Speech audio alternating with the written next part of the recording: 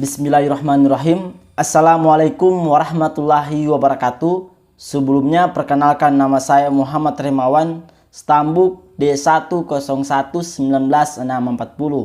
Mata kuliah Hukum Penata Ruang kelas G BT16 dengan dosen pengampu Pak Supriyadi SHMH. Di sini saya akan menjelaskan tentang hukum penata ruang. Hukum penata ruang adalah suatu sistem atau proses perencanaan tata ruang yang dimana adanya pemanfaatan ruang dan pengendalian pemanfaatan ruang. Dalam undang-undang ini, penataan ruang diselenggarakan dengan memperhatikan kondisi fisik wilayah negara kesatuan Republik Indonesia yang rentan terhadap bencana, potensi sumber daya alam, sumber daya manusia, dan sumber daya buatan.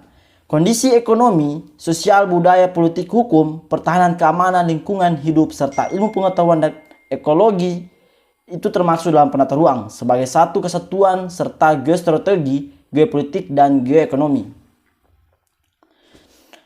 Tujuan penyelenggaraan pengaturan penata ruang diatur pada pasal 2 PP nomor 21 tahun 2001. Yang pertama, mewujudkan ketertiban dalam penyelenggaraan penataan ruang. Yang kedua, memberikan kepastian hukum bagi seluruh pemangku kepentingan dalam melaksanakan tugas dan tanggung jawab serta hak dan kewajibannya dalam penyelenggaraan penata ruang.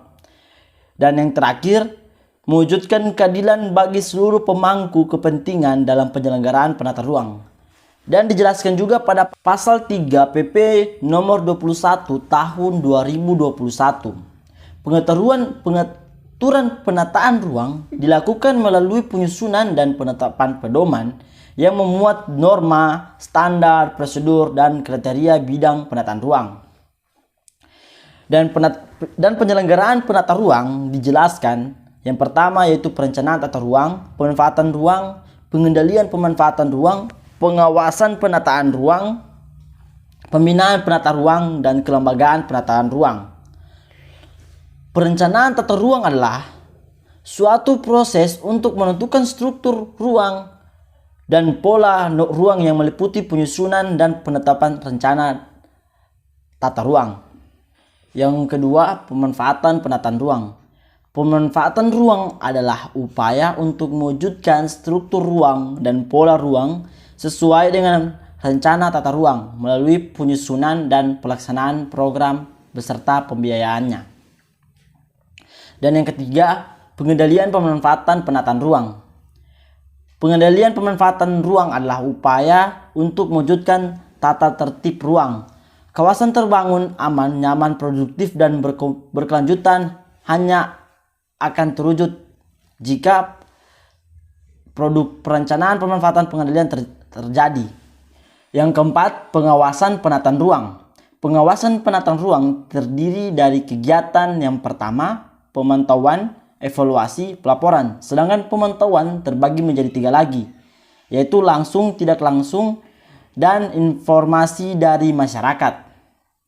Laporan memuat kinerja penyelenggaraan penataan ruang bernilai baik, kinerja penyelenggaraan penataan ruang bernilai sedang, kinerja penyelenggaraan penataan ruang bernilai buruk. Pada pengawasan penataan ruang diatur pada pasal 209. Pengawasan penataan ruang diselenggarakan untuk menjamin tercapainya tujuan penyelenggaraan penataan ruang, menjamin terlaksananya penegakan hukum bidang penataan ruang, dan meningkatkan kualitas penyelenggaraan penataan ruang.